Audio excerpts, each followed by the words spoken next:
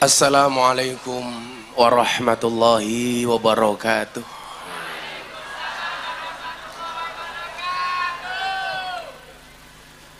Alhamdulillahil qail. A'udzu billahi samil alim minasyaitonir rajim. Bismillahirrahmanirrahim.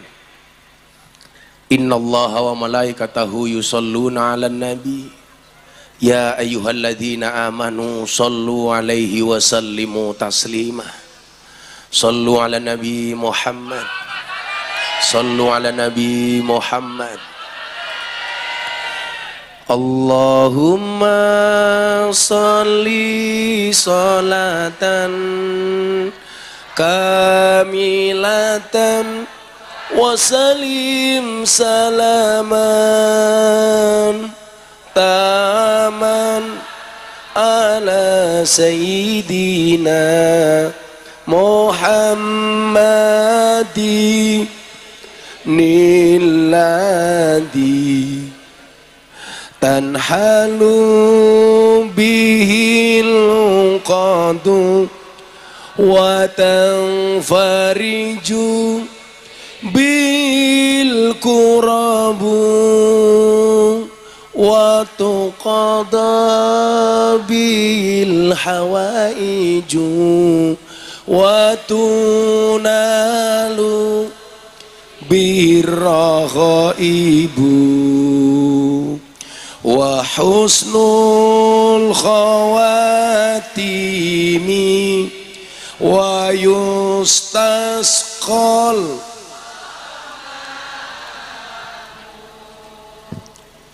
biwajil karim wa ala alihi wa sahbihi fi kulli lamhatin wa nafasin wa nafasin bi'adadin kulli ma. Sallu ala nabi Muhammad ila hadratin nabil mustafa Muhammadin sallallahu alaihi wasallam wa alihi wa azwaji wa ladi wa dhurriyyatihi wa jami'i khairil anbiya wal mursalin wal awliya syuhada was salihin wa sahabati wa tabi'in wal malaikatul muqarrabin khususan ila sultanil awliya syekhin Abdul Qadir al-Jilani qaddasallahu ruhahu wa radariha wa ila hadratil a'immatil mujtahidin wa muqallidin biddin wa ila hadratil arba'atil khulafa'ir rasyidin Abi Bakrin wa Umar Utsman wa Ali radhiyallahu anhum wa ila hadratil awliya illah wa ila hadrati Simbah Muhammad Besari wa ila hadrati Simbah wa ila hadrati Kiai Hamim Jazuli wa ila hadrati wa ila hadrati man hadra fi hadzal majlis. Allahumma hdina ila sabilir rasyad waqdi hajatina min hawaijid dunya wal akhirah lana wa lahumul Fatihah.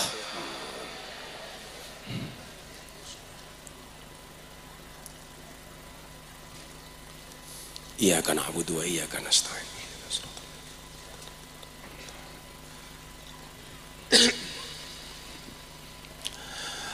Warawuh jamaah istiqomah Mujadadikul Ghafilin malam Ahad Pahing pondok pesantren Oraji yang saya cintai dan saya banggakan di akhir bulan Syawal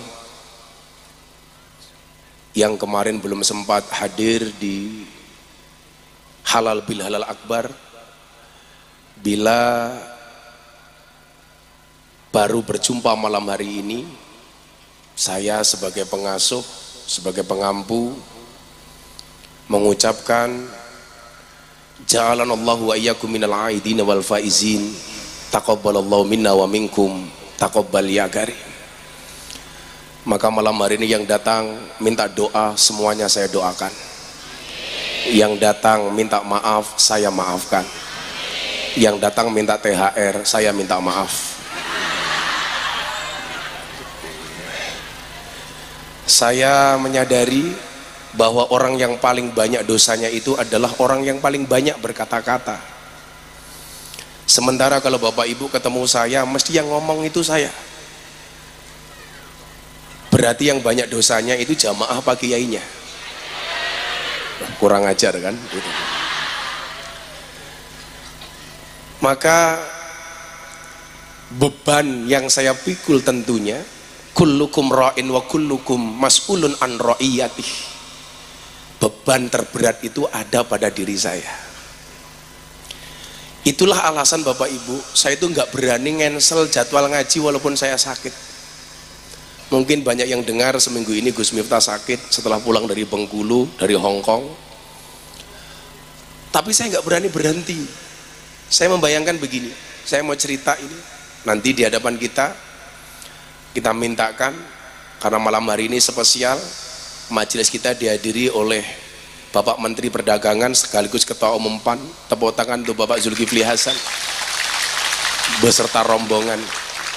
Di sini ada Mas Toto, ada juga Pak mantan Bupati Pak Sri, Pak Pangeran, ya, Pangeran tanpa Raden, Pangeran Banjar, beliau dari Kalimantan. Nah, pas saya pulang dari Bengkulu, saya sudah sakit. Bunda ini bilang sama saya, Beb,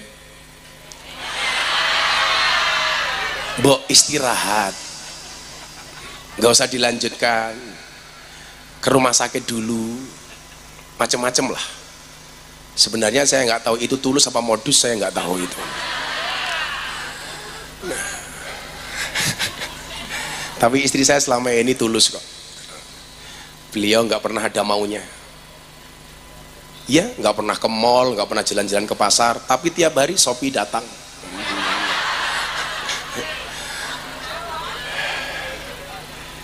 Tapi saya bilang sama dia, Bunda kebayang nggak? Kalau jamaah ngundang ngaji Abah itu, mereka cari tanggal saja susahnya minta ampun, betul? Sini Bi, kalau orang ngundang ngaji itu, saya tulis semua permintaan, mungkin 2-3 tahun sudah penuh Bi. Tapi saya tidak mau memberlakukan itu. Kita buat per 3 bulan sampai 4 bulan penjadwalan ulang. Kenapa? Banyak faktor Bapak Ibu. Ada 2 risalah besar yang Allah ciptakan. Yang pertama adalah takdir, yang kedua adalah doa. Takdir itu adalah proposal Allah untuk kita umatnya manusia, sementara doa itu adalah proposal kita untuk Allah. Ada proposalnya Allah yang bisa dirubah, ada proposalnya Allah yang tidak bisa dirubah. Tapi karena Maha Rahman dan Maha Rahimnya Allah, Allah kita kasih satu senjata namanya doa. Makanya disampaikan, kullul asya tarhalu wala ta'udu illa du'a. Segala sesuatu itu yang pergi tidak akan pernah kembali kecuali doa. Ya. Yarhalu bil roja, dia pergi dengan membawa harapan, wa ya'udu bil ato, dan dia kembali dengan membawa pemberian.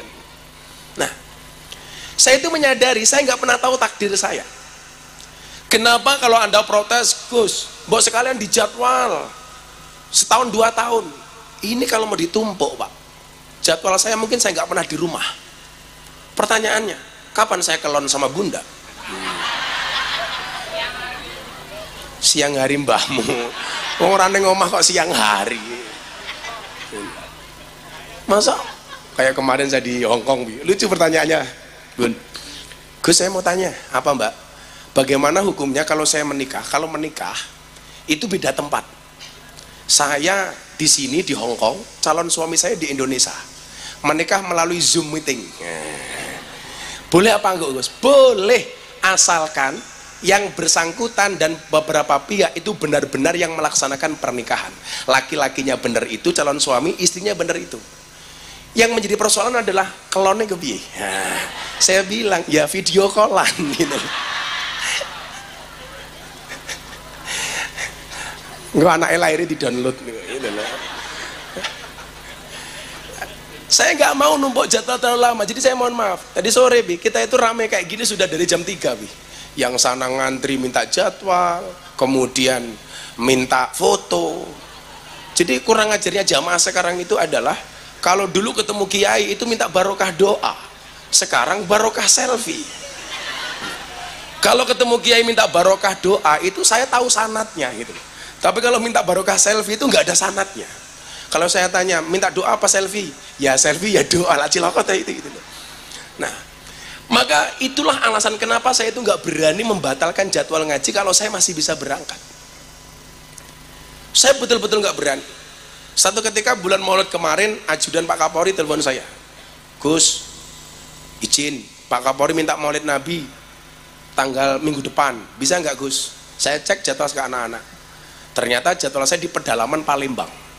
Saya bilang, mohon izin Bapak saya nggak bisa, tapi ini permintaan Kapolri Gus. Loh, saya bilang nggak bisa. Saya membayangkannya adalah kalau saya cancel seminggu sebelumnya, coba panitia itu cari jadwal sudah setahun 2 tahun baru dapat. Seminggu itu mereka sudah pesan tenda, pesan sound system, mungkin pesan catering, macam-macam. Kok kemudian saya batalkan? Saya membayangkan betapa kecewanya mereka. Mesti saya dipisu-pisui. Kira-kira kalau saya jenengan punya acara ngundang Gus Miftah kemudian di cancel, saya nggak datang, kira-kira dipisu-pisui apa ora? Kurang ajar atau nggih gitu.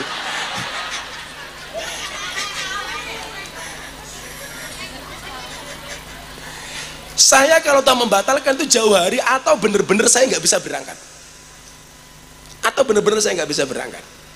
Jadi di wilayah itu saya memahami saya itu banyak salah dan dosa.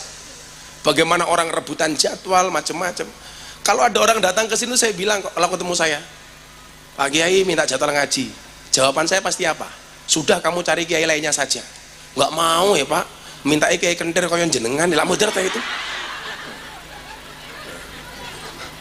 Repot mungkin iki aku.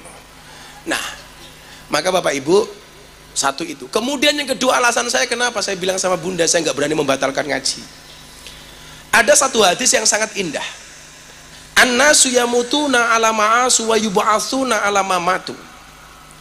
Manusia itu akan dimatikan sebagaimana kebiasaan dia hidup dan akan dibangkitkan dari alam barzah sebagaimana dia mati.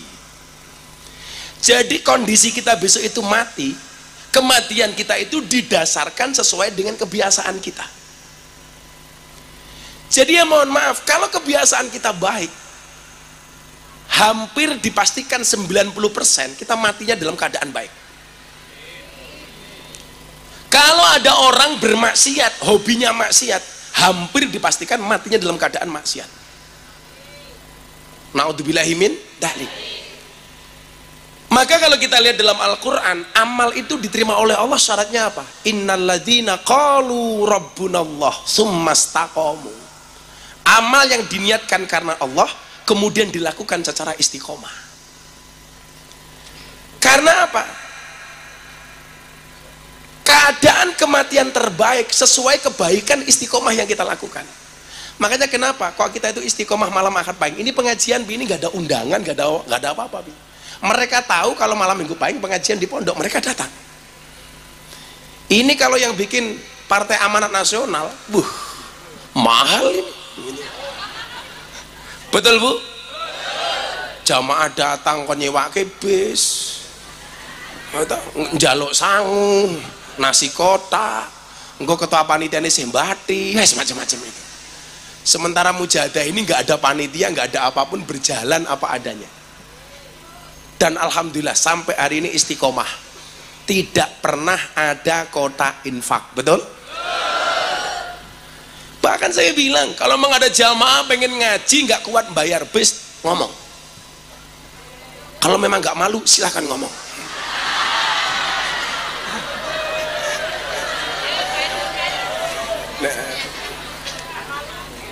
Karena kalau ibu-ibu kembali baca kitab yang kita baca Dzikrul Ghafilin, ketika ditanyakan kepada Gusmi, ini Dzikrul Ghafilin itu untuk siapa?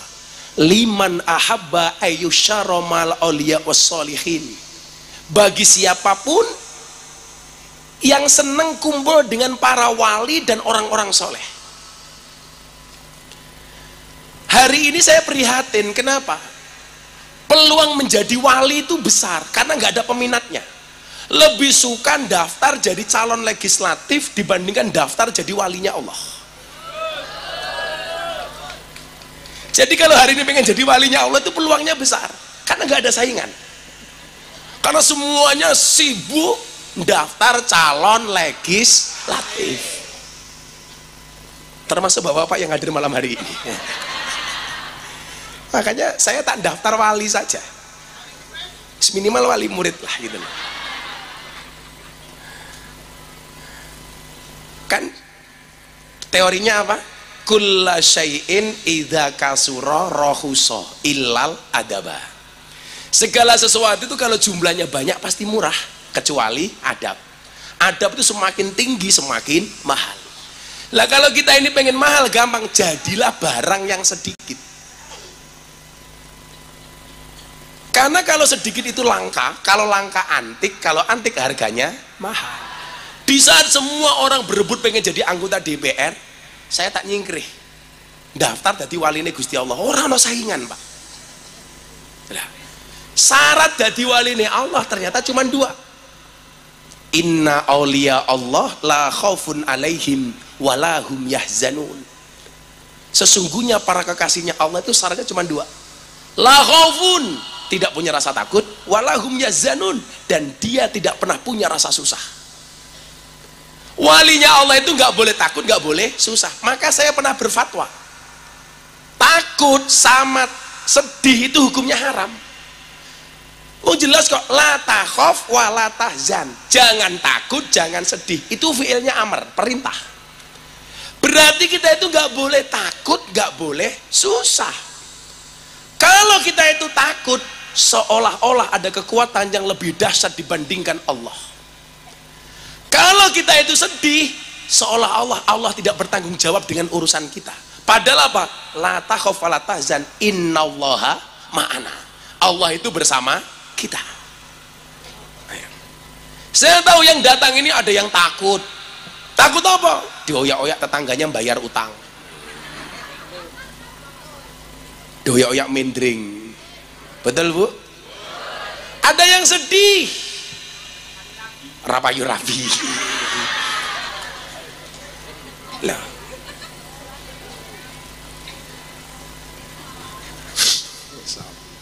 Jadi saya itu sebenarnya kalau suruh milih begitu, ya capek betul saya sebenarnya kalau Suwirawiri. Tapi saya tahu posisi saya itu Allah takdirkan di wilayah itu. Kayak anak-anak santri saya bilang, wa mal ladzatu illa ba'da ta'di. Tidak ada kelezatan kecuali setelah bersusah payah. Coba hari ini kita belajar dari Pak Zulkifli Hasan. Saya panggil beliau ini papi karena saya dekat dengan beliau. Posisi apa coba yang pernah beliau raih? Menteri Kehutanan. Kok Tarsan, cangkeme Tarsan.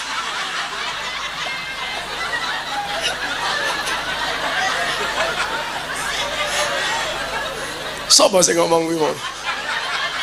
Santet meteng lho kowe. Kok Tarsan? Menteri Kehutanan. Menteri Kehutanan itu kalau bahasa Jawanya apa? Menteri alasan. Hutan kan alas. Kok Tarsan? Tarsan tuh kamu. Seneng gantung karo mobil wong liya. Menteri Kehutanan. Ketua MPR. Apalagi Bi? Wakil Ketua MPR. Sekarang Menteri Perdagangan, Menteri Perdodolan. Ya termasuk binaannya Gus Miftah di Sarkem itu kan juga semuanya jualan gitu.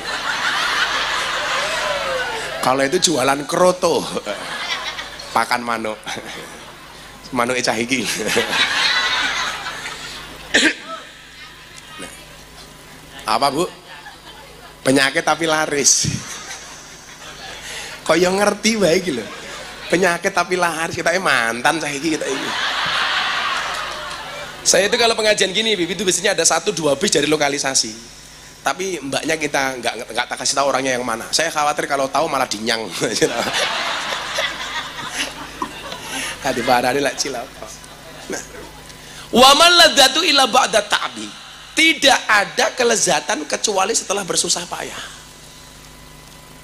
Maka ketika melihat orang yang kita anggap sukses, seperti Pak Zulkifli Hasan ini, Pak Zulhasin, Sebenarnya yang perlu kita lihat itu adalah bukan posisinya sekarang, apa yang beliau miliki, beliau sudah punya apa, beliau sebagai apa.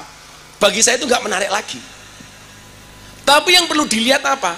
Prosesnya. Makanya ingat ilmunya untuk jadi orang sukses apa? 3N. Niteni, neroke, nambai. Kalau bahasanya Pak Pangeran kita ini barangkali ATM, amati, tiru, modifikasi. Itu kalau bahasa Jawanya, Pi, niteni, neroke, nambai.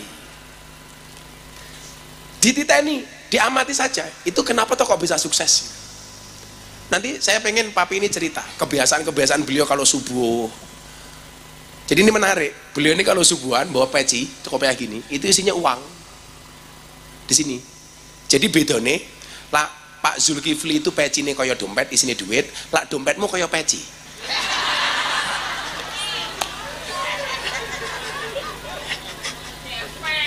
Gepeng. Rano isine. Buka dompet rasanya kaya ngiris berambang. Bikin menangis.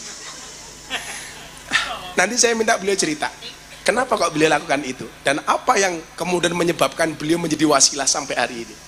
Dititeni, amati, sebisa mungkin apa? Kalau ada hal yang positif, neroke, ditirukan, tiru.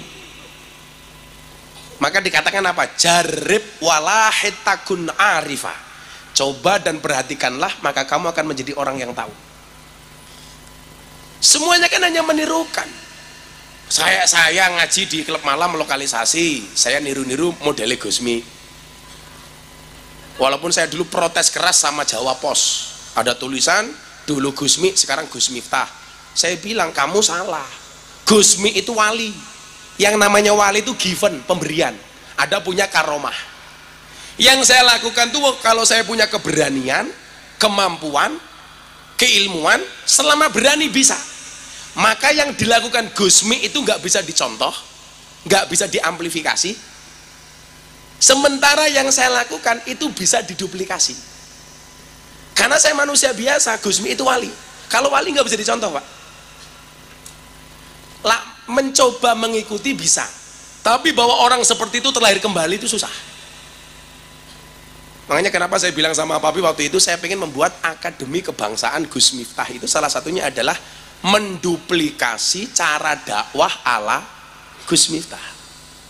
Kan banyak orang tanya, Gus, lah pengen dakwah kaya jenengan ini caranya kepripun? Contoh, orang ngaji di lokalisasi dan klub malam. Satu, saya dulu pernah bilang apa di jamaah, pengen jadi orang besar itu syaratnya 3. Siji iso, loro wani, telu wadai gede.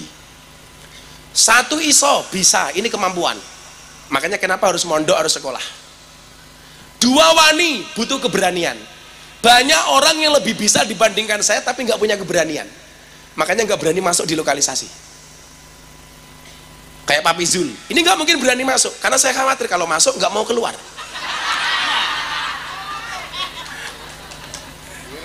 Viral, diberitakan dari Yogyakarta Ketua Umum PAN Zulkifli Hasan berada di lokalisasi Sarkem. Nggak enak itu, nggak enak. Tapi kalau Gus Miftah yang masuk kayak kemarin di Pasuruan di Tretes, bagi-bagi 680 mau kena. Orang, oh siapa? Gus Miftah. Oh iya, kiai ini lonte. Gitu aja selesai. Namanya. Presidene. Julukan saya itu di mereka beri presiden para pendosa. Jadi saya kemarin bagi 680 mau kena. Lucu itu.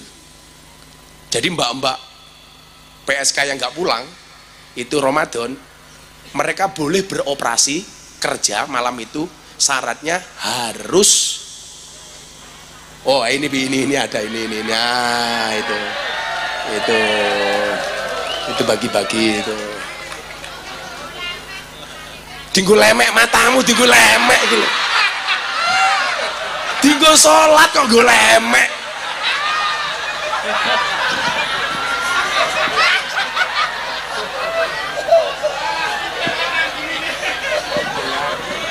Tak ajar loh gue, Pak tinggu lemek. Emangnya aku cowok apaan? Jadi menariknya itu Pak Toto, itu lucu. Mereka kemarin Ramadan yang nggak pulang itu boleh kerja malam itu, syaratnya mereka harus sholat taraweh berjamaah dulu. Setelah sholat taraweh baru mereka bekerja lagi melakukan aktivitasnya. Loh, orang mengatakan begini, Bi, alah mubadir Gus, habis taraweh kok maksiat lagi. Ini loh piciknya manusia ini. Coba ingat pesannya Gusmi ya, pandanglah orang lain dengan kacamata hakikat, pandanglah diri sendiri dengan kacamata syariat. Coba, tolong dari dulu pernah saya ingatkan ini. Pandanglah orang lain dengan kacamata hakikat, sehingga kita tidak gampang menyalahkan orang lain, sehingga kita tidak gampang melabeli orang lain itu salah dan dosa.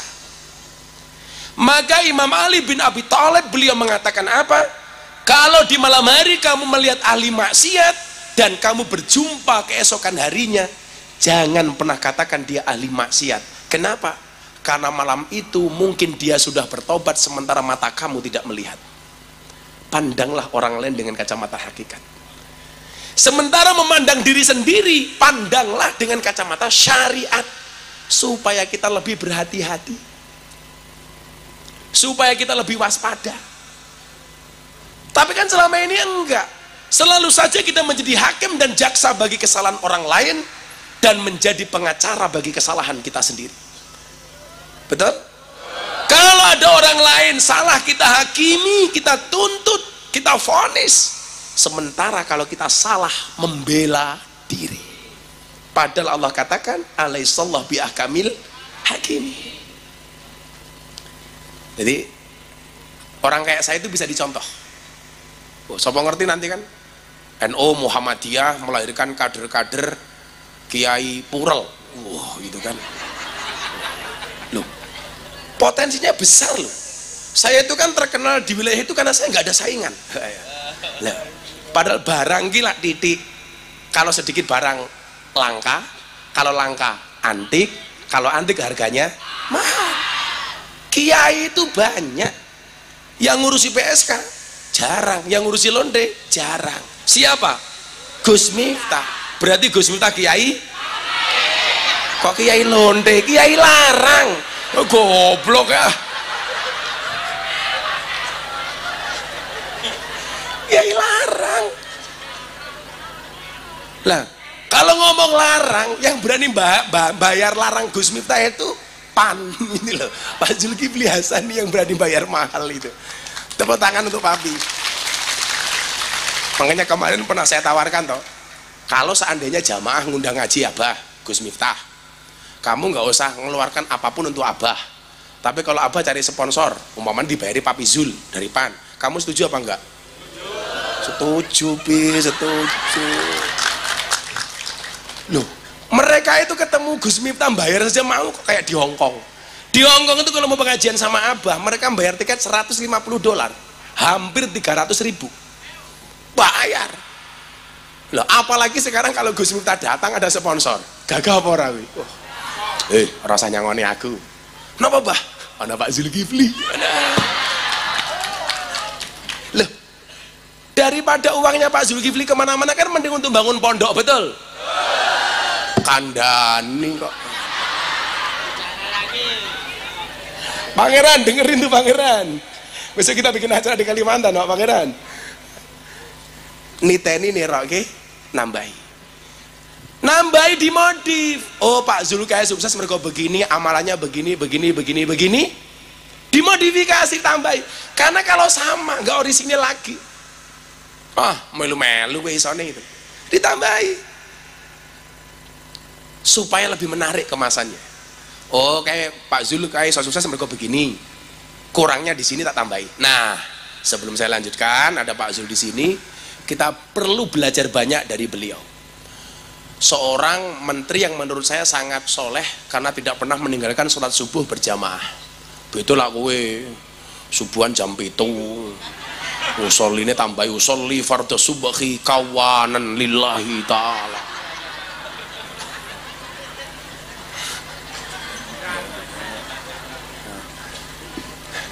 Nah, saya ingin Papi memberikan sambutan Bi untuk kita semuanya.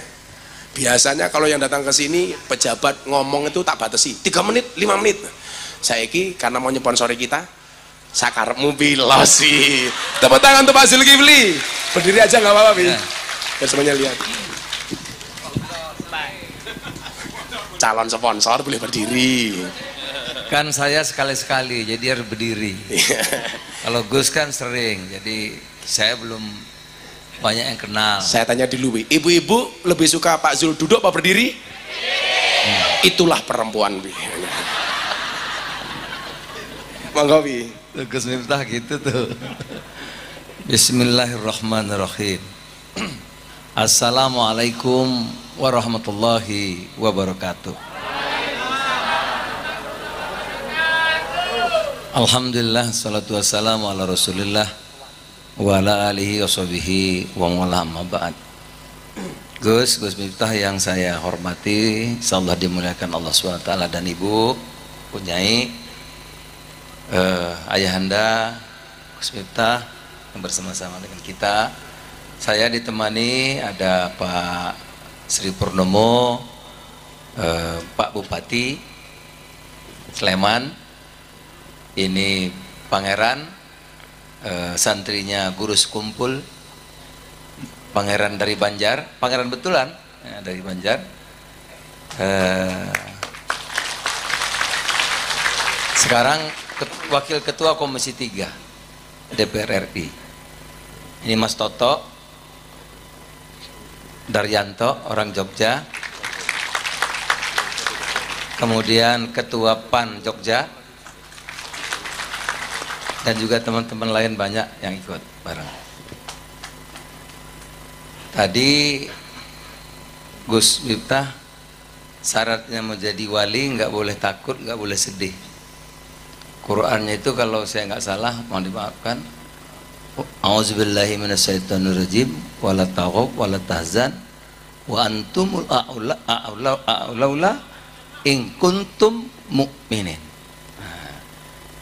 Tidak takut, tidak sedih jika kalian orang-orang yang beriman. Nah, itu dia. Itu termasuk pegangan saya juga, Gus. Pegangan. Tapi saya nggak ceramah itu, ibu-ibu. Saya ingin cerita. Tadi Gus minta saya cerita. Ya, saya sekolahnya sebetulnya ingin jadi seperti Gus Miftah. Ayah saya mencekolahkan saya itu Madrasah Ibtidaiyah di Lampung. Dari Madrasah Ibtidaiyah lanjut ke PGAN. PGAN itu Pendidikan Guru Agama Negeri. Jadi kalau saya nggak merantau, di kampung saya dulu jadi guru agama Islam di sekolah dasar SD Impres. Kira-kira di kampung jadi petugas P3NTR. Kalau lulusan PGA itu, apa P3NTR itu? Petugas nikah, talak, dan rujuk. Nah, jadi apa namanya tuh? Kalau di Jawa apa? Naib. Gitu. Ya kok bisa jadi ketua MPR, bisa menteri kehutanan, bisa menteri perdagangan. Saya nggak lebih hebat dari teman-teman saya di sini, nggak lebih hebat dari bapak-bapak, ibu-ibu yang ada di sini. Biasa, orang biasa dari kampung, dari dusun. Tapi mungkin doa ibu saya, di kampung saya panggilnya emak ya, emak saya itu punya amalan, sering ikut ngaji gini, Gus. Cuma kalau dapat dari kiai itu diamalkan walaupun sedikit. Nah, emak saya itu amalannya, karena kiainya itu mengajarkan tidak boleh memasak hanya dinikmati sendiri, tetangga hanya dapat baunya, maka itu makanan tidak berkah.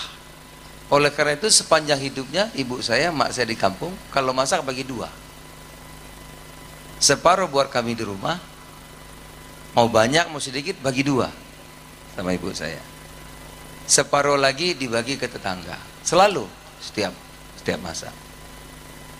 Yang kedua, ayah saya juga sering pengajian gini, Gus.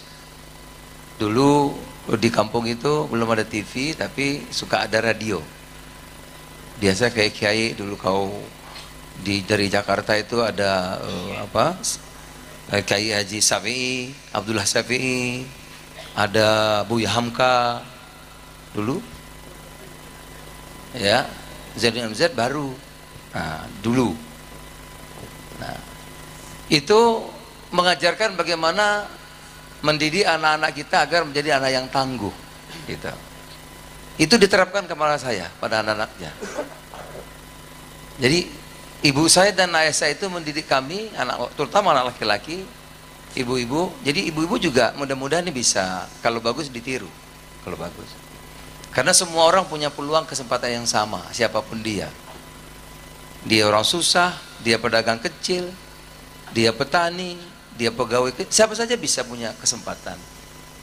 Ya. Karena Allah Maha Pengasih, Maha Penyayang. Siapa aja bisa diberi, asal usaha kita ke arah situ bisa.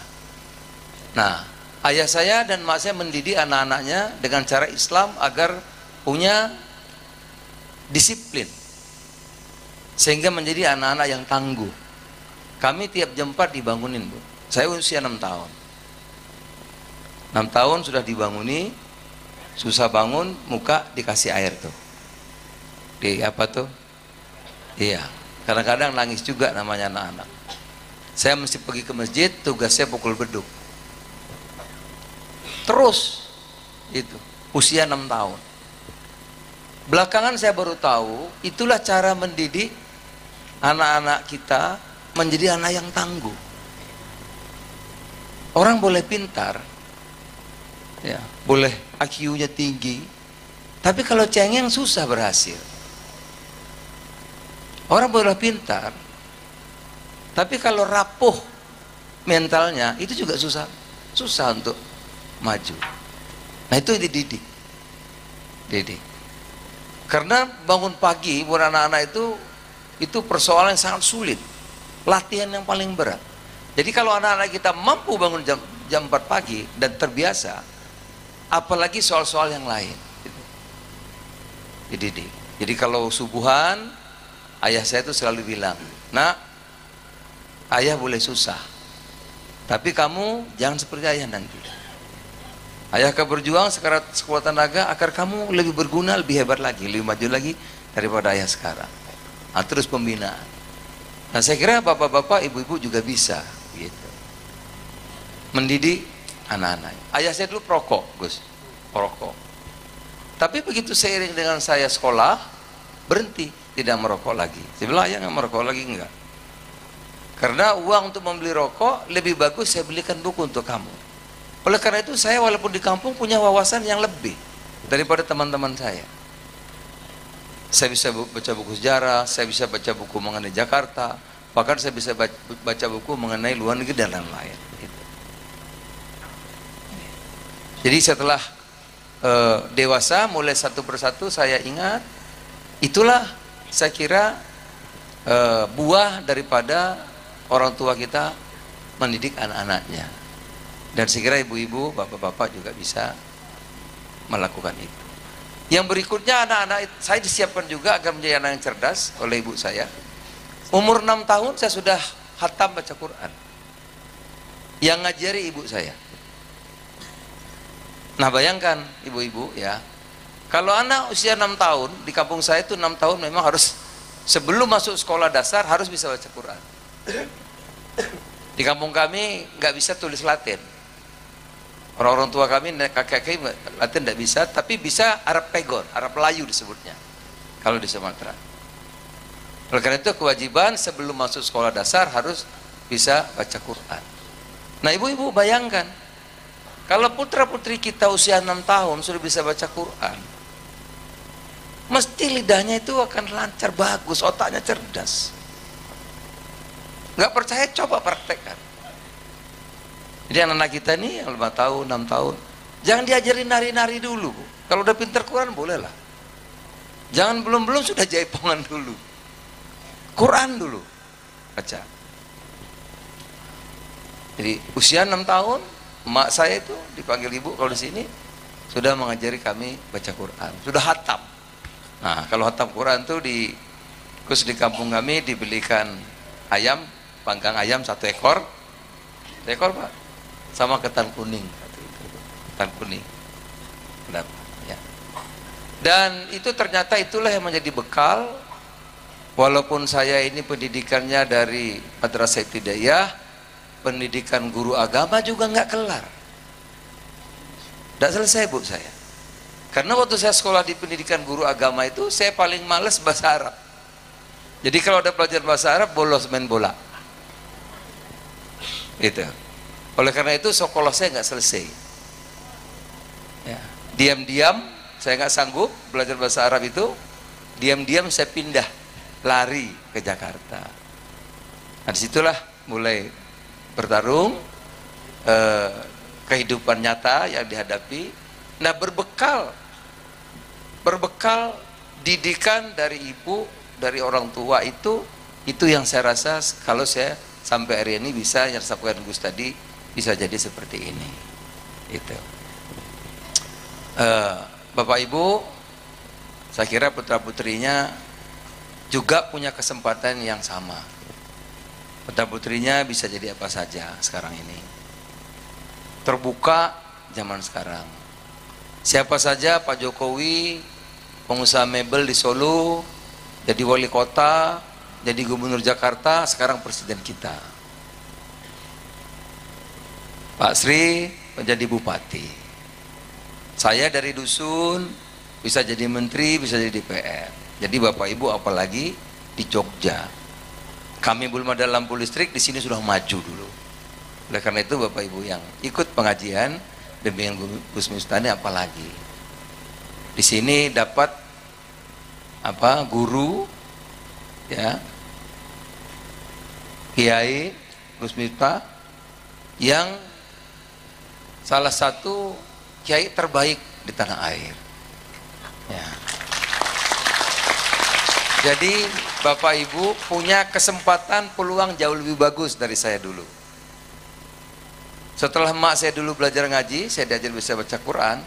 Saya belajar ngaji Gus di kampung saya jalan kaki 5 kilo tiap hari. Agar betul 5 kilo Pak, betul. Karena di kampung saya nggak ada guru ngaji yang bagus.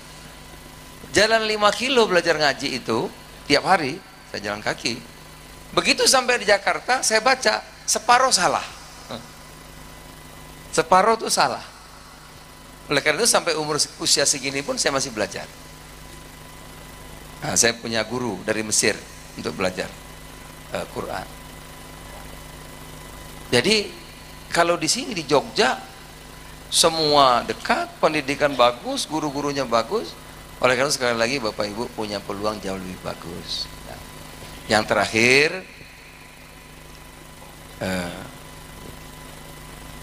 kadang-kadang tadi Gus Miftah lihat apa syariatnya ya Gus ya. Ibu saya pernah di Jogja ini, saya malu sampai saya menitiskan air mata. Saya suka jalan kaki, apakah pagi, apakah sore. Jadi pada suatu saat saya jalan di Jogja sini, di apa tuh namanya yang ramai itu apa? Malioboro ya. Ada orang dagang, udah tua ibu-ibu, udah tua. Saya lihat, oh ibu udah tua. Saya belanja, sengaja. Saya bilang, ibu udah seusia gini kok masih cari uang. Mungkin usianya sekitar 70, 65 tahun, 70 tahun. Sudah sepuh. Ya. Saya kan gagah dong, mendak, keren gitu. Saya lihat ibu sepuh tua. Dagang di pinggir jalan, jualan macam-macam. Jawabannya apa? Ibu itu. Apakah ibu nggak ada anak? Anak saya tentara Pak.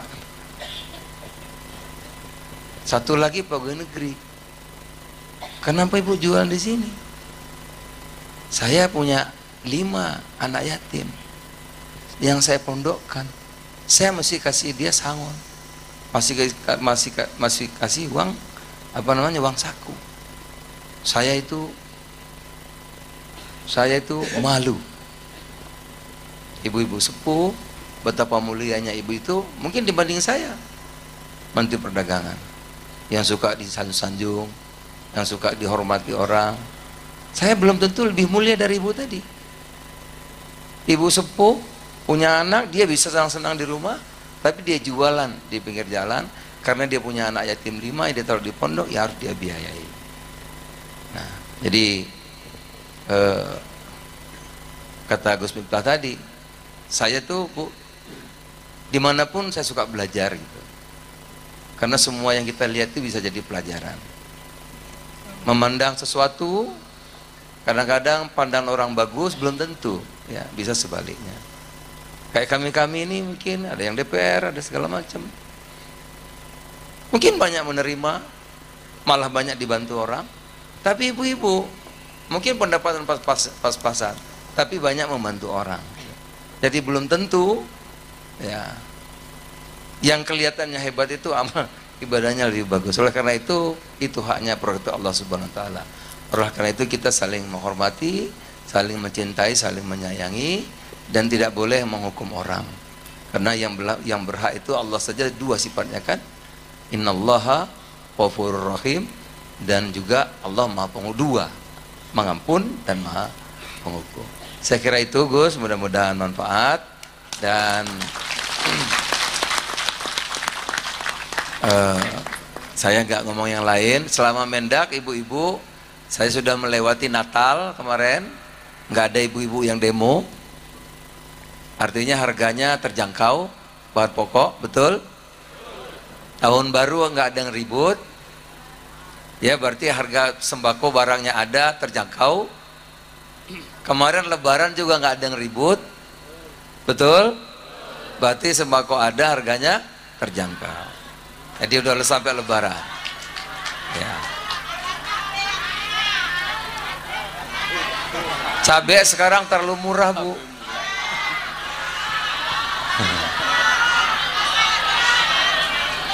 Cabai itu kalau ibu jadi petani, dengar dulu, saya ini orang tua saya petani. Kalau ibu jadi petani cabai, itu harganya mestinya 50.000, 60.000 baru untung.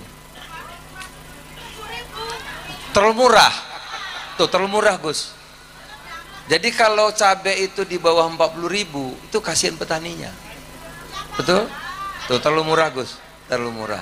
Cuman jangan khawatir Bu, yang terlalu murah tadi. Ini saya kasih tahu dulu. Ini sekarang masuk El Nino. Saya juga lagi apa nih? Lagi khawatir, lagi cari jalan keluarnya. Karena di India sudah musim panas, bahkan banyak yang meninggal. Di Tiongkok juga musim panas. Asia Tenggara juga musim panas. Jadi saya khawatir nanti produksi pangan akan mulai terganggu. Apa yang diimpor-impor itu terutama ada gula, ada bawang putih, ya. Itu jadi kalau besok ada naik sedikit jangan kaget. Karena ada musim. Tetapi di kita beruntung. Di kita cuaca tidak begitu ekstrim perubahannya gitu. Ya, tapi tetap pemerintah akan berusaha keras agar ketersediaan dan harga itu bisa terjangkau. Mohon doanya ya ibu-ibu ya sekalian. Saya kira itu, semoga manfaat. Terima kasih. Wallahul muwaffiq ila aqwamit thoriq. Billahi taufiq wal hidayah. Wassalamualaikum warahmatullahi wabarakatuh. Waalaikumsalam warahmatullahi wabarakatuh. Terima kasih Wi. Iki lho rakyat iki. Barang larang sambat, murah sambat. Apanya? Telur mahal. Di mana-mana harga telur itu di antara harga pisang. Di mana-mana gitu. Kalau harga susu melonjak-lonjak, harga kacang semakin terjepit. Wah, iki yo ngono, larang sambat, murah sambat. Tapi secara umum kan alhamdulillah ora ana sing protes berlebihan to nggih. Yes. Disyukuri mawon, alhamdulillah. Yo selawat hadis yo. Sadurunge lanjut ngaji meneh. Iki rono Cak Dikin rono sapa niki? Kok dengaran iki? Cah ben di, ayo nyanyi dhisik. Janda di dalam ikan, apa kek? Ikan di dalam apa? Oh, ikan dalam kolam. Janda di dalam telepon, gue kowe pin. Wes ngene selawate Gus Miftah ya, sing selawat persatuan NU Muhammadiyah. Ada NO, ada Muhammadiyah, ada Muslimat, ada Aisyah, ada Aisyah. Semua akur jaga uhuwah, Indonesia makmur, rakyatnya berkah. Amin. Semua akur jaga uhuwah, Indonesia makmur, rakyatnya berkah. Salatullah salamullah ala Taha Rasulillah, Rasulillah. Salatullah salamullah ala Yasin. Salatullah salamullah ala Yasin.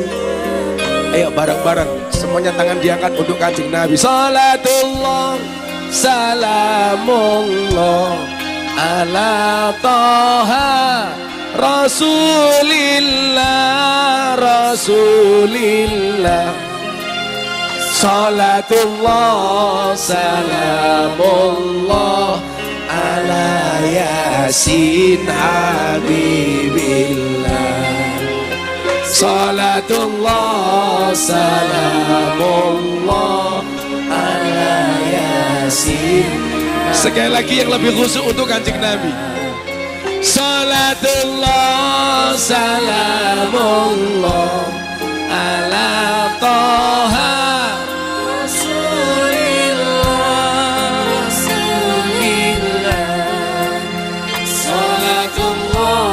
salamullah ala Yasin Habibillah.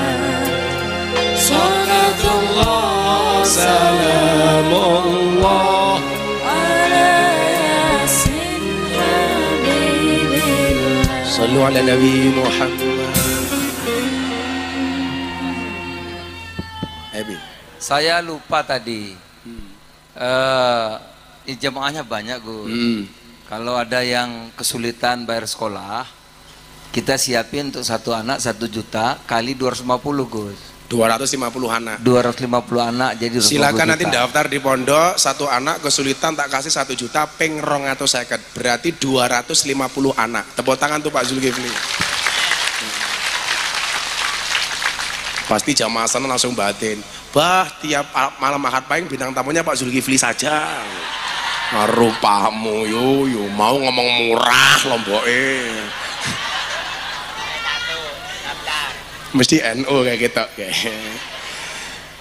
Bapak NU, Ibu Mus, Kakang Ansor, Ade Fatayat, Ade Fatayat.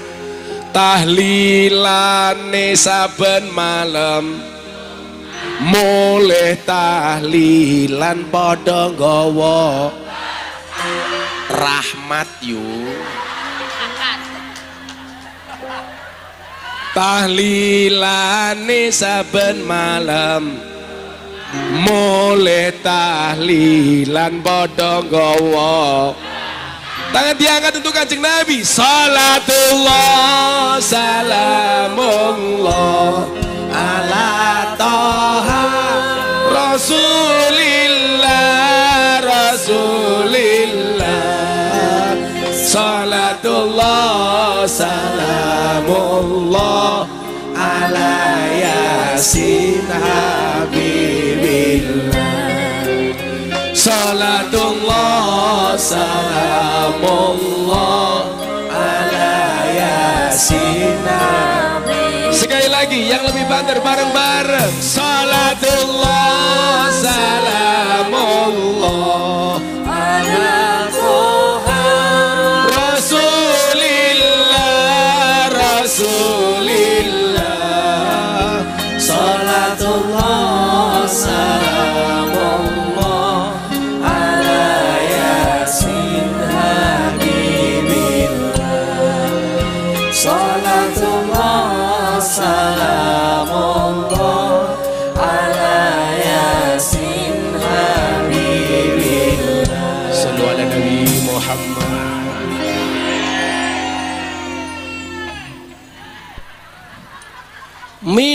ngopi, makan gorengan, ora aji ngaji bersama Zulkifli Hasan. Zulkifli Hasan beli roti di rumah Pak Rahmat, Pak Zulkifli uripe manfaat. Manfaat 250 beasiswa. Alhamdulillah. Cangkeme.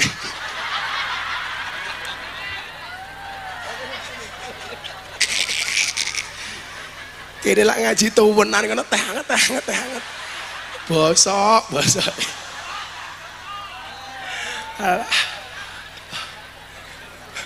Tau ganjel tau. Insyaallah. Ini suaranya Abah kayak gini loh, gak ada suaranya habis loh ini. Alhamdulillah. Coba belajar dari sekelumit sirahnya, perjalanannya Pak Zulkifli tadi itu. Ternyata Bapak Ibu, Allah itu punya alasan untuk mengangkat hambanya. Allah punya mekanisme bagaimana cara mengangkat derajat hambanya. Nah, yang perlu kita cari dari kita hari ini adalah atas alasan apa Allah itu mengangkat derajat kita. Coba, Pak Zulkifli ini umpamanya mau ngangkat anak buah, naik eselon atau naik jabatan. Pasti beliaunya ini punya alasan kenapa orang ini harus saya pilih. Ngaten Pak Zulkifli, itu pasti. Kayak Abah nunjuk siapa, ayo kamu berangkat ke sana. Oh, itu ada lomba MTQ. Siapa yang saya utus? Tentunya karena saya punya alasan ini baik. Nah, maka salah satu quote yang masih saya ingat yang paling viral di bokong truk itu, kan Gus Miftah wali bokong truk. Mungkin gak ada selebritis di Indonesia yang gambarnya di bokong truk apa toh? Oh, ada di belakang toh. Oh, itu Bi, ada Bi, itu Bi, liatin Bi. Di belakang itu Bi. Ya. Ah, itu sedot WC. Ah, itu.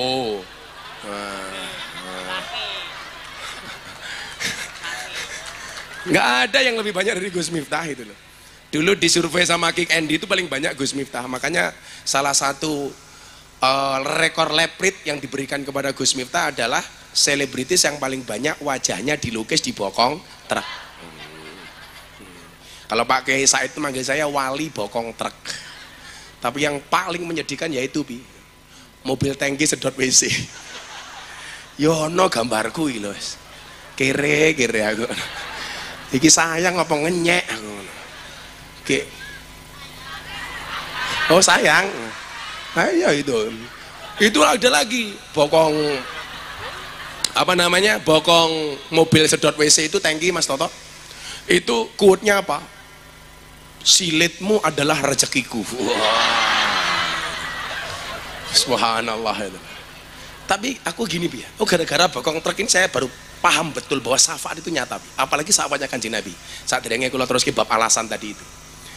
Jadi dulu Bi, itu ada orang Kalimantan, anaknya hamil 3 bulan. Suami istri pasangan muda hamil. Tiap malam kalau tidur, Mbak hamil muda ini selalu ngelindur nyebut nama Gus Miftah. Untungnya itu dia ada di daerah pedalaman Kalimantan Selatan. Coba kalau orang Gunung Kidul, kan Bunda curiga. Ternyata kenapa dia ngelindur Bi? Karena setiap kali mau tidur itu mesti nonton YouTube-nya Gus Miftah. Pagi hari bangun, kesekian kalinya anaknya wadul sama bapaknya, Pak, mbok ke Jogja toh, minta greeting ucapan untuk kehamilan saya. Saya bangga kalau bapak bisa ke sana datang ke Gus Miftah. Dia cuma punya uang 300.000 Bi. Orang pedalaman Kalimantan. Saya nggak tahu dari mana itu. Sampai Banjarmasin mau nyebrang ke Semarang, uangnya habis. Pak Pangeran, uangnya habis. Dia nunggu di pinggir pelabuhan, ada truk lewat. Di belakangnya ada gambar Gus Miftah. Nah, ini nyata ini Pak. Dikejar sama dia Bi. Kejar. Pak, ini mau kemana? Saya mau ke Magelang. Loh Bapak, kenapa kok kelihatan bingung? Saya itu pengen sowan Gus Miftah. Uang saya habis. Kok saya lihat ada truk gambarnya Gus Miftah, jenengan sinten? Sopir truknya bilang, saya Muhyiddin, saya jamaahnya Gus Miftah. Lah bapak sinten? Saya tuh pengen sowan Gus Miftah tapi uang saya habis. Nggih pun Pak, kita sama-sama jamaahnya Gus Miftah. Yuk sampean naik truk saya antar sampai pondoknya Gus Miftah. Wasilahnya apa? Bokong truk. Loh, coba Anda bayangkan, kalau Kanjeng Nabi mengatakan orang yang mencintai Nabi, dia akan mendapatkan syafaatnya Nabi, atau bahasanya Imam Syafi'i adalah uhibbus sholihina walastu minhum la'ali an ana labihim syafa'ah. Saya mencintai orang soleh walaupun saya bukan orang soleh, karena saya berharap mendapatkan pertolongan dari orang soleh. Ternyata. Coba Anda bayangkan, kalau hari ini Anda cinta datang ke sini bersama para wali-walinya Allah, cinta dengan Nabi, coba bokong truk gambari Miftah mawon iso menehi syafaat. Apalagi kalau di dalam hatimu tergambar Rasulullah Muhammad sallallahu alaihi wasallam. Nah, mila saya itu nyekel tasbih ini yang saya baca itu nggak banyak. Kalau sore saya baca la haula wala quwata illa billah. Kalau setiap saat saya hanya baca sholawat. Karena saya ngeri betul ketika membaca fadilah sholawat. Satu ketika Nabi Muhammad sallallahu alaihi wasallam bersama malaikat Jibril melihat ada malaikat jarinya itu berjuta-juta. Nabi Muhammad bertanya kepada Jibril, "Wahai Jibril sahabatku, itu siapa?" Itu adalah malaikat yang Allah tugaskan untuk menghitung butiran air hujan yang turun ke muka bumi dari sejak zaman Nabi Adam sampai akhir zaman. Kemudian Nabi Muhammad bertanya kepada malaikat, "Wahai malaikat, tugasmu apa?" "Saya menghitung butiran air hujan." "Air hujan mana yang kamu hitung?" "Dari zaman Nabi Adam sampai besok akhir zaman." Pertanyaan Nabi adalah, ada enggak butiran hujan yang luput dari hitunganmu? Dijawab oleh malaikat penghitung hujan, tidak ada satu tetesan air hujan pun yang luput dari hitunganku. Kemudian Nabi bertanya, ada enggak pahala yang Allah berikan kepada hambanya yang kamu tidak bisa menghitung? Atau ada enggak sesuatu yang tidak bisa kamu hitung jumlahnya? Dijawab oleh malaikat ini, ada. Apa itu? Ketika seorang umatmu membaca sholawat kepadamu, maka aku tidak mampu menghitung berapa rahmat dan kebaikan yang Allah berikan kepada dia. Air hujan bisa dihitung. Rahmat Allah diberikan kepada pembaca sholawat, itu tidak bisa dihitung. Nabi Khidir alaihissalam ditanya, "Nabi Khidir," ini nabi yang paling cerdas itu salah satu Nabi Khidir selain Nabi Ilyas. Kan saya sering bilang, Allah itu menciptakan nabi dengan mukjizat dan kelebihan yang berbeda-beda. Ulama yang merupakan pewarisnya para nabi, kelebihannya juga berbeda-beda. Maka kenapa Nabi mengatakan warasatul anbiya bukan warasatun nabi? Artinya apa? Ulama itu tidak hanya pewarisnya Nabi Muhammad, tapi ahli warisnya seluruh para nabi. Nabi jumlahnya 124.000 nabi. Maka kalau kiai berbeda-beda, itu tolong jangan kamu banding-bandingkan. Karena pasti falikuli syai'in maziyah, semuanya punya kelebihan masing-masing. Maka saya selalu bilang sama santri saya, haram hukumnya santri saya untuk membanding-bandingkan antara satu kiai dengan kiai yang lainnya. Kamu boleh mengidolakan saya, tapi jangan pernah menjelek-jelekkan yang lain. Yang paling membuat saya hari ini susah adalah perdebatan antara kiai dengan habaib di media sosial. Sampai bilang harus tes DNA dan lain sebagainya. Ngeri saya bacanya. Gak boleh. Nabi itu 124.000 nabi. Hadis riwayat Ahmad dan Baihaqi, hadis sahih. Kalau kiai berbeda-beda itu lumrah, Bu. Ada nabi yang ditakdir oleh Allah jadi raja, Nabi Daud. Begitu turun, ada ulama yang ditakdir jadi presiden, Gus Dur. Wakil presiden, Kiai Ma'ruf. Ada nabi ditakdir kaya, Nabi Sulaiman. Begitu turun, ada santri ditakdir kaya, Zulkifli Hasan.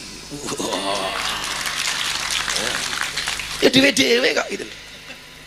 Ada nabi gagah, siapa, Bu? Musa. Begitu turun, saya punya guru pagar Nusa, Gus Maksum. Pagar Nusa, gagah, Pak.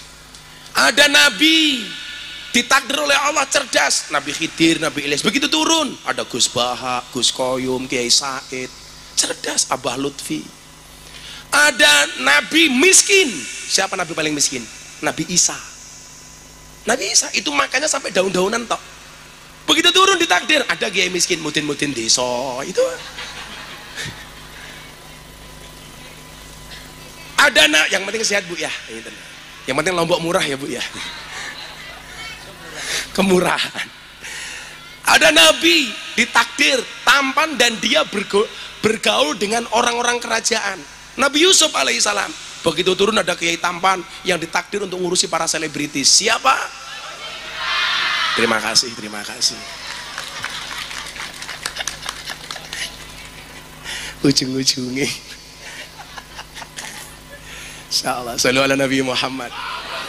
Murah itu bagus Bu. Yang nggak bagus tadi yang dibilang sama papi, kemurahan.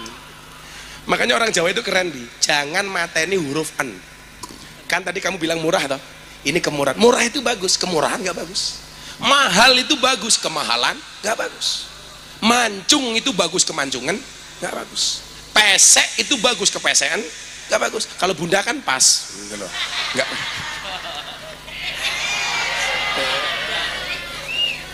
Gondrong itu bagus, kegondrongan nggak bagus. Kalau aku kan sedengan, itulah. Gemuk itu bagus, kegemukan nggak bagus. Merongos bagus, kemerongosan nggak bagus gitu.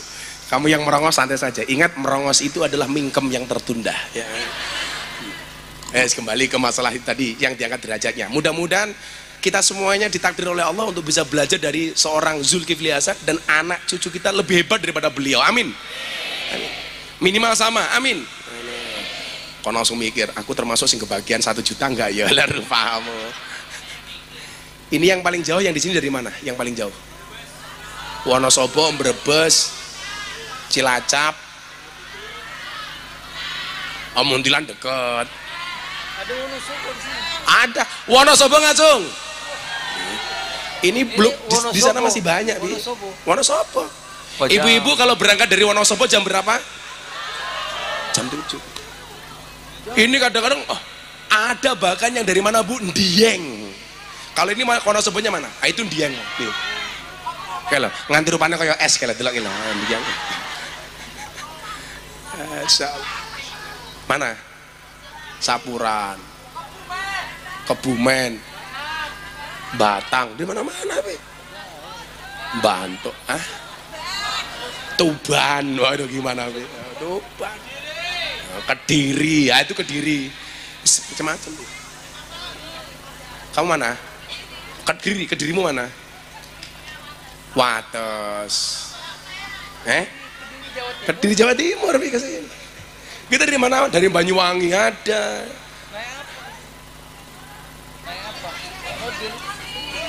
Oh sekarang tinggal di sini kamu yang langsung berangkat kayak Gus Adim itu kan dari Kediri, ngeprank kamu kayak wasit Indonesia Thailand kamu sukanya ngeprank.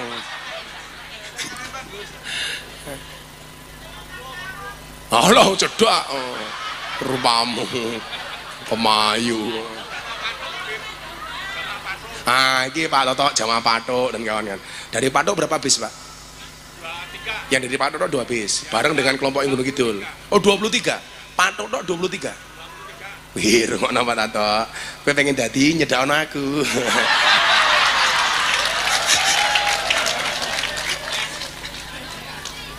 Insyaallah. Sadurunge ndonga niki ditambahi didik. Saya dulu pernah bilang apa Bapak Ibu? Coba Anda ingat-ingat. Pantaskanlah amalmu di hadapan Allah, maka Allah akan memantaskan hidupmu. Kalau hari ini hidup kita mungkin belum pantas, ya mungkin ada amal kita yang nggak pantas. Gimana? Cari alasan supaya kita dipantaskan. Niki saya sering kasih contoh nggih. Ini kalau cangkir kosong, samping kanan kirinya ada teko kopi, teh, es jeruk, es teh, jus, degan. Bagaimana caranya supaya cangkir kita ini mendapatkan isi? Yang harus dilakukan adalah dengan cara membersihkan cangkirnya. Kalau cangkirnya sudah bersih, dia dikasih kopi masuk, dikasih degan masuk, dikasih teh masuk, air putih masuk, jus masuk. Dan kalau gelasnya bersih, ada isinya, pasti manfaat. Tapi coba Anda bayangkan kalau cangkirnya ini kotor, walaupun di sekelilingnya ada minuman jus, kopi, jeruk, teh, degan, kira-kira akan dikasih minuman enggak? Enggak, karena kotor. Kalau dipaksakan dikasih isi, tidak akan ada manfaat, karena enggak ada orang yang mau minum dari cangkir kotor. Maka disitulah saya ingat betul salah satu firman Allah itu. Allah itu kan menarik nih. Ada sekian banyak yang Allah cintai. Contohnya, Innallaha yuhibbul muhsinin. Allah itu mencintai orang baik. Ada lagi, Innallaha yuhibbut tawwabin. Allah itu mencintai orang yang bertobat. Ada Innallaha yuhibbul mutatahhirin. Allah mencintai orang yang mensucikan diri. Ada Innallaha yuhibbul mutawakkilin. Allah mencintai orang-orang yang bertawakal. Ada Innallaha yuhibbus sabirin. Allah mencintai orang yang sabar. Ada Innallaha yuhibbul muqsitin. Allah mencintai orang yang berbuat adil. Innallaha yuhibbul muttaqin. Allah mencintai orang yang bertakwa. Innallaha yuhibbul mutasaddiqin. Allah mencintai orang-orang yang berbuat jujur. Nah, saya hanya minta Anda itu menjadi salah satu yang Allah cintai. Semampumu wis. Kalau posisi seperti pejabat, seperti Bang Zul, yang saya minta satu, Innallaha yuhibbul muqsitin. Allah itu mencintai orang adil. Maka kita doakan pejabat-pejabat yang hadir, mudah-mudahan Allah jadikan orang yang adil. Nah, kalau kita keadilan cuma di rumah, Bu. Kalau beliau negara, maka kita minta beliau menjadi orang yang adil. Posisimu sebagai ibu rumah tangga, kira-kira saya dicintai Allah dari hal apa ya? Oh, Innallaha yuhibbus sabirin. Allah mencintai orang yang bersabar. Berarti apa? Ada banyak pilihan supaya derajat kita itu diangkat oleh Allah. Lah Anda mau melalui pintu masuk yang mana? Yang muhsin, muqsitin, mutawakilin, mutatohirin, mutasodikin. Anda pilih yang mana? Dan kadang-kadang ciri-ciri orang baik itu Allah menggambarkan sederhana banget kok. Tadi Pak Zulkifli bilang apa? Kalau masak, hasil masakannya dibagi dua sama tetangga. Coba kita lihat. Mangkana yu'minu billahi wal yawmil akhir fal yukrim jarahu. Barang siapa yang beriman kepada Allah dan hari akhir, ternyata ciri-cirinya nggak bertele-tele, hendaknya dia memuliakan tetangganya. Coba. Maka sebaik-baik orang itu apa? Yang baik dengan tetangganya. Atau dalam hadis lain, fal yukrim doifahu, muliakanlah tamunya. Jadi kan untuk menjadi orang baik itu ternyata caranya nggak susah. Persoalannya bukan kamu bisa atau nggak bisa, gelem apa ora, mau apa enggak mau. Makanya kapasitas kebaikan seseorang itu beda-beda, Bu. Umpamane kayak tadi beliau sedekah 250 juta untuk 250 orang. Kan Pak Zulkifli kaya, Gus. Kalau saya bagaimana? Ternyata ada alternatif. Mangkana lahu ilmun falyatasaddaq bi ilmihi. Yang punya ilmu hendaklah dia berbuat baik dan bersedekah dengan menggunakan ilmunya. Bahasa Jawanya apa, Bu? Mulang. Wa mangkana lahu malun, yang punya harta falyatasaddaq bi malihi. Hendaklah dia bisa berbuat baik dan bersedekah dengan menggunakan hartanya, nyumbang. Wa mangkana lahu quwatun, kamu nggak punya ilmu, nggak bisa mulang, nggak punya harta, nggak bisa nyumbang, tapi punyanya tenaga, fal yatasaddaq bi quwwati, sedekahlah dengan tenaganya. Bahasa Jawanya apa? Rewang. Nggak ada alasan, Pak. Yang punya ilmu mulang, yang punya harta nyumbang, yang punya tenaga rewang. Jangan jadi yang nomor 4. Us ora mulang, ora nyumbang, ora rewang, cangkeme cerewet, cangkem melek itu loh. Ada nggak yang seperti itu? Wongnya ya teko, ya melu guyu. Biasanya jilbabe pink.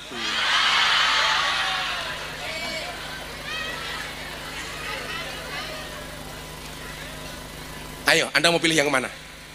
Dicintai Allah karena kebaikannya, dicintai oleh Allah karena tobatnya, dicintai Allah karena bersucinya, dicintai oleh Allah karena tawakalnya, atau dicintai oleh Allah karena sabarnya, atau dicintai oleh Allah karena adilnya, atau karena takwanya, atau karena jujurnya. Ada sekian alternatif sehingga kita nggak perlu mengeluh.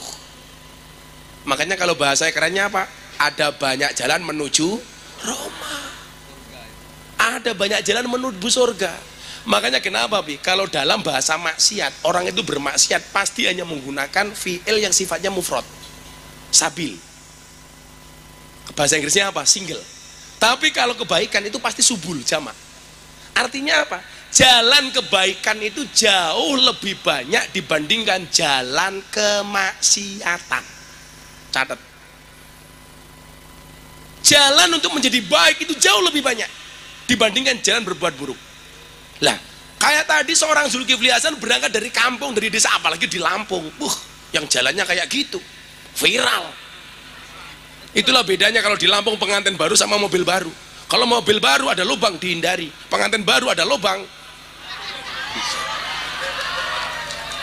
Kok kamu domblong sih Bun? Itulah bedanya Lampung sama Jakarta. Kalau Lampung banyak jalan berlubang, kalau Jakarta banyak lubang berjalan. Yang dari desa bisa mampu kok. Kenapa? Idza sadaqal asmu wa duhas sabil. Ini pepatah Arab. Kalau bahasa Inggrisnya apa? Where there is will, there is way. Ini saya rubah. Idza sadaqal asmu bukan wa duhas sabil, tapi wa duhas subul. Kalau ada kemauan pasti ada banyak jalan, bukan cuma satu. Where there is will, there are ways. Bukan there is way, tapi there are ways. Jalannya ini jauh lebih banyak. Kayak di kalangan NU, itu dalil yang paling populer apa? Al-muhafadzatu 'alal qadimi sholih wal akhdu bil jadidil aslah. Mempertahankan tradisi lama dengan mengadopsi tradisi baru yang bagus. Bil jadidil aslah.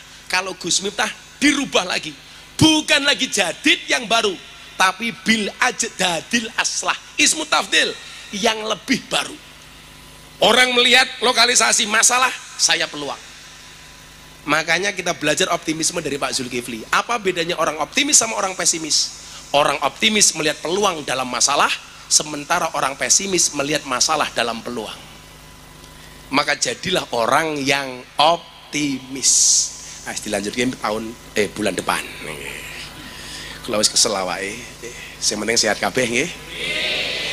Jenengan ndongake kula ndongake jenengan.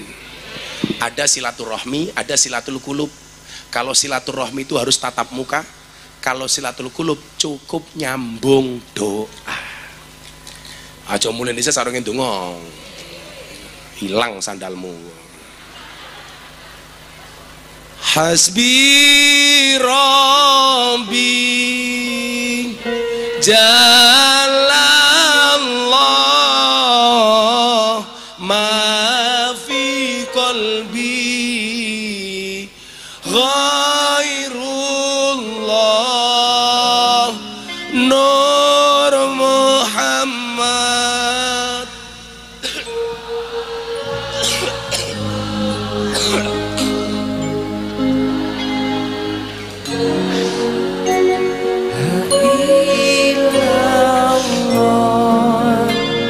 Hasbi Rabbi Jalallah ma fi qalbi ghairullah Nur Muhammad sallallahu la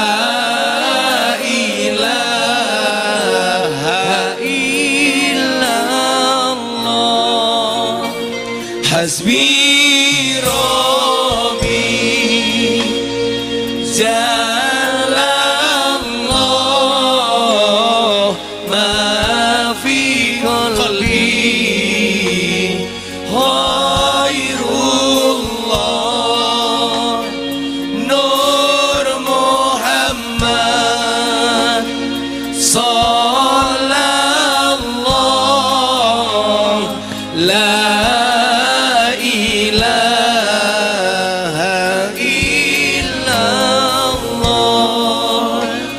sallu ala Nabi Muhammad. Bismillahirrahmanirrahim. Allahumma salli ala Sayyidina Muhammad wa ala ali Sayyidina Muhammad. Walhamdulillahi Rabbil Alamin. Allahumma rzuqna istiqamah. Ya Allah ya Rabb, jadikan kami semua yang hadir, hamba-hambamu ini ya Allah, menjadi pribadi yang konsisten dan istiqamah. Allahumma rzuqna bi ziyadatil ilmi war rizqi wal ibadah. Ya Allah ya Rabb, anugerahkanlah kepada kami semua yang hadir dengan bertambahnya ilmu, amal, rizki dan ibadah. Allahumma rzuqna ziyaratal Makkah wal Madinah. Ya Allah ya Rabb, impian terbesar bagi seorang muslim adalah berhaji Makkah Madinah. Untuk itu anugerahkanlah kepada kami semua yang hadir, mudahkanlah kami untuk ziarah Makkah Madinah. Allahumma rzuqna dzurriyyatan thayyibah. Anugerahkanlah kepada kami semua yang hadir ya Allah keturunan yang soleh solehah. Allahumma rzuqna ahlan sakinatan mawaddatan warahmah. Anugerahkanlah kepada kami semua yang hadir ya Allah keluarga sakinah mawaddah warahmah. Allahumma rzuqna bi alfi quwwah. Ya Allah ya Rabb, kami hambamu yang lemah, anugerahkanlah kepada kami beribu-ribu kekuatan ya Allah. Allahumma rzuqna bi alfi barakah. Kami semuanya penuh dengan kemaksiatan ya Allah, anugerahkanlah kepada kami beribu-ribu keberkahan ya Allah.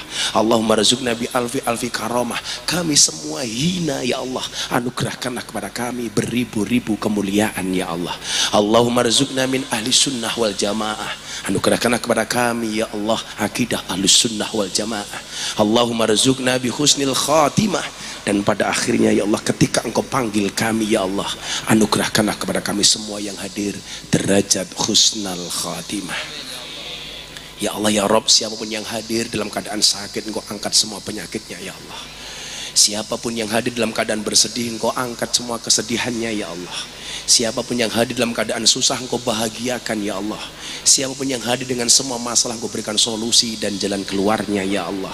Siapapun yang hadir dengan penuh hajat, engkau kabulkan semua hajat-hajatnya ya Allah. Ya Allah ya Rabb, terima kasih dan syukur kami malam hari ini kami dihadiri sahabat kami Pak Zulkifli Hasan. Berikan kesehatan kepadanya ya Allah, panjangkan umurnya dalam kebaikan ya Allah, birahmatika ya arhamar rahimin. Rabbana atina fid dunya hasanah wa fil akhirati hasanah wa qina adzabannar. Walhamdulillahi rabbil alamin. Al-Fatihah. Pas iyyaka na'budu wa iyyaka nasta'in diulangi 11 kali. Ala hadiniyah wa ala kulli niyatin shalihatin qada'inal qabul. Al-Fatihah. A'udzu billahi minasyaitonir rajim. Bismillahirrahmanirrahim. Alhamdulillahi rabbil alamin. Arrahmanir rahim. Maliki yaumiddin. Iyyaka na'budu wa iyyaka nasta'in. Iyyaka na'budu wa iyyaka nasta'in. Iyyaka na'budu wa iyyaka nasta'in. Iyyaka na'budu wa iyyaka nasta'in. Iyyaka na'budu wa iyyaka nasta'in. Iyyaka na'budu wa iyyaka nasta'in. Iyyaka na'budu wa iyyaka nasta'in. Iyyaka na'budu wa iyyaka nasta'in. Iyyaka na'budu wa iyyaka nasta'in. Iyyaka na'budu wa iyyaka nasta'in. Iyyaka na'budu wa iyyaka nasta'in. Ihdinas siratal mustaqim. Siratal ladzina an'amta 'alaihim ghairil maghdubi 'alaihim waladdallin. Subhanakallahumma bihamdika asyhadu an la ilaha illa anta astaghfiruka wa atubu ilaik. Walhamdulillahi rabbil alamin. Ketemu Ahad Pahing yang akan datang. Terima kasih. Assalamualaikum warahmatullahi wabarakatuh. Sekali lagi, yang merasa punya anak yang tidak mampu untuk bisa mendaftarkan namanya mulai besok di pondok nggih.